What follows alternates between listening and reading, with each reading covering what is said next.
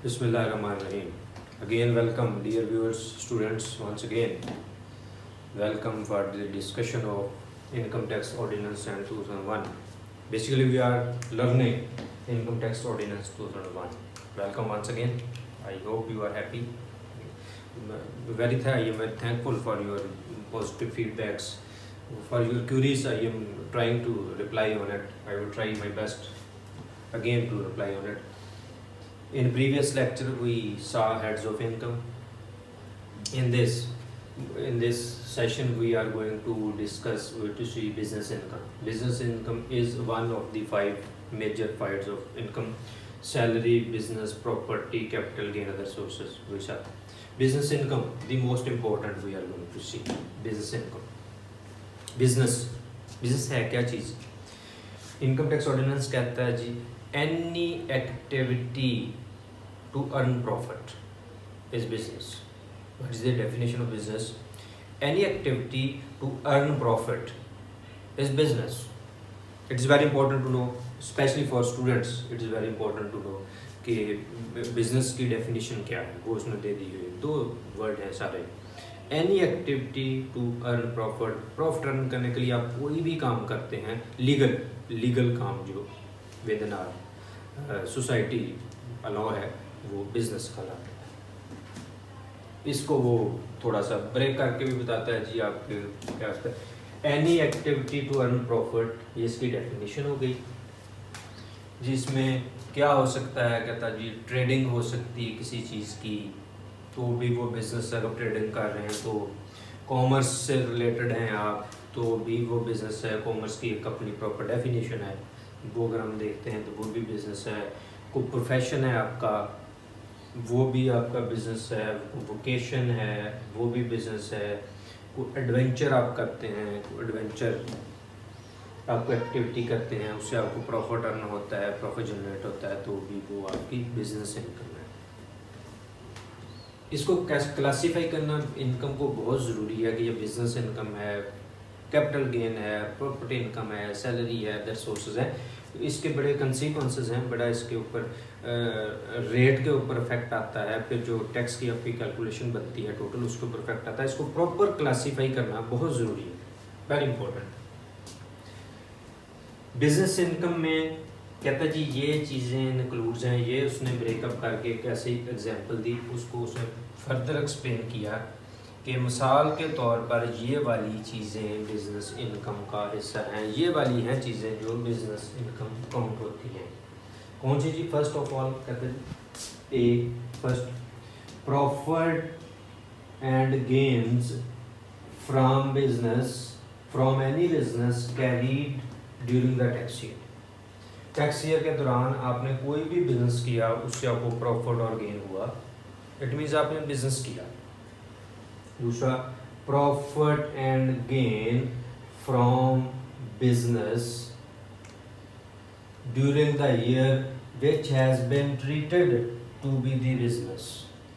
के आपने कुछ किया, आपको प्रॉफिट गेन हुआ, आपके ख्याल में ये बिजनेस है या नहीं है, लेकिन इनकम टैक्स ऑर्डिनेंस ने उसको ट्रीट किया कि ये जनाब जो कुछ भी आपने किया है ये बिज़नेस है, इसके ऊपर आपको प्रॉफिट हुआ है और इसके ऊपर इतना टैक्स बनता है, ये आप गवर्नमेंट ऑफ पाकिस्तान को पे करते हैं.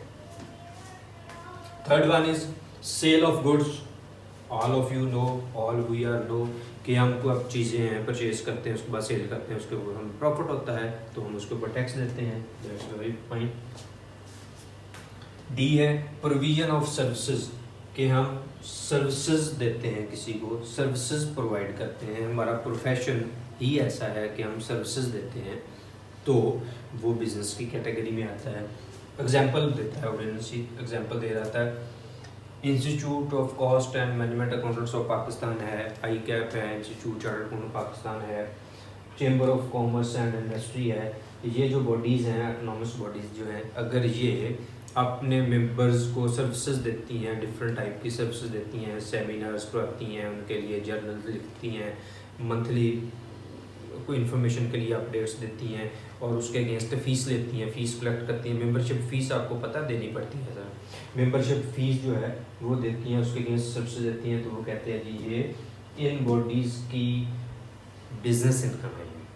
जो भी बॉडीज सर्विसेज देती है और उसकी बिजनेस इनकम, स्कूल्स हैं सर्विसेज देते हैं और बहुत सारी चीज़ें जो सर्विसेज देती हैं और उसके अगेंस्ट उनको प्रॉफिट होता है, तो वो उनकी बिजनेस इनकम है।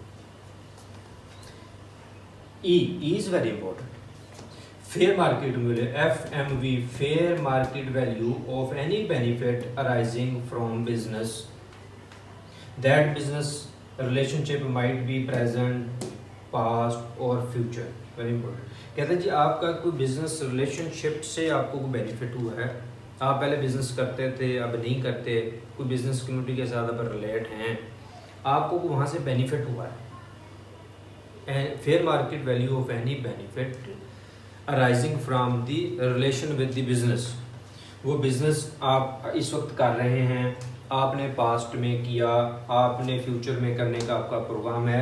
देयर आर मैनी एग्जांपल्स, इसकी प्रैक्टिकल बड़ी एग्जांपल्स हैं कि कहाँ से आपको अगर बिजनेस रिलेशनशिप से आपको कोई बेनिफिट होता है तो आपकी वो बिजनेस इनकम ही काउंट की जाएगी, वो आपकी बिजनेस इनकम जो है। Next one is hire slash lease of movable property.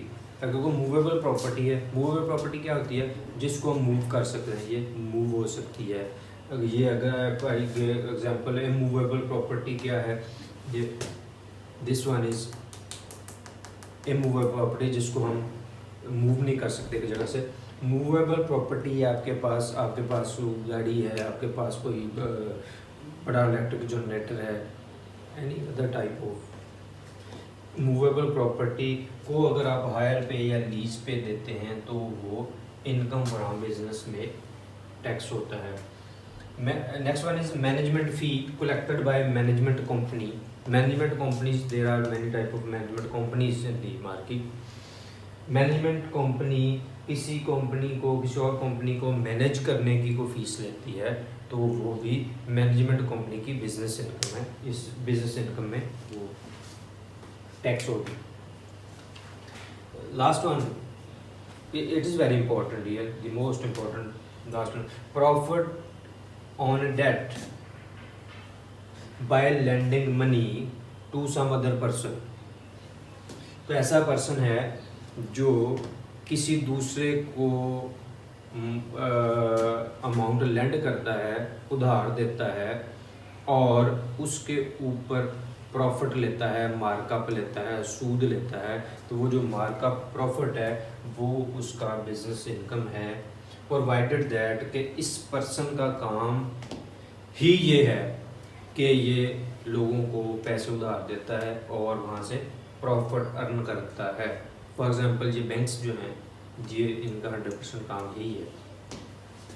Profit on debt by lending the money to some other person if the provider is in the whole business, the object of business is to earn profit by lending the money। अगर कोई जिसका 100% ये काम नहीं है कि वो लोगों को मनी देता है और उसके प्रॉफिट लेता है, फिर उसका ये बिजनेस इनकम नहीं है। मैंने एग्जांपल दी बैंक्स वगैरह जिनका काम ही ये है कि लोगों को लोन देना और उसके ऊपर प्रॉफिट लेना, उनकी बिजनेस इनकम है। अगर कोई कैजुअली करता है या उसका कोई मेजर काम हो रहा है, बस ये कभी किसी को दे दिए पैसे और वहाँ से प्रॉफिट आ गया, तो वो जिसका 100% बिजनेस ये नहीं है, जिसका मेजर बिजनेस ये नहीं है, तो उसकी ये इनकम किसी और हेड में कवर होती है। वो हम देख लेंगे कहाँ पे हेड होती है। बहरहाल ये यहाँ पे है कि प्रॉफिट ऑन डेट जो है, अगर आपका बिजनेस ही ये है, सोली बिजनेस ही, आप इस पर्पज़ के लिए आपने एंटिटी अपनी क्रिएट की हुई है तो लोगों को लोन देना और प्रॉफिट अर्न करना, तो फिर आपका ये जो प्रॉफिट है, ये जो आपका बिजनेस है, इनकम फ्रॉम बिजनेस के हेड के अंदर कवर होता है। Thank you so much. I hope I have delivered the concept of the business income, its definition, its components, what includes in it.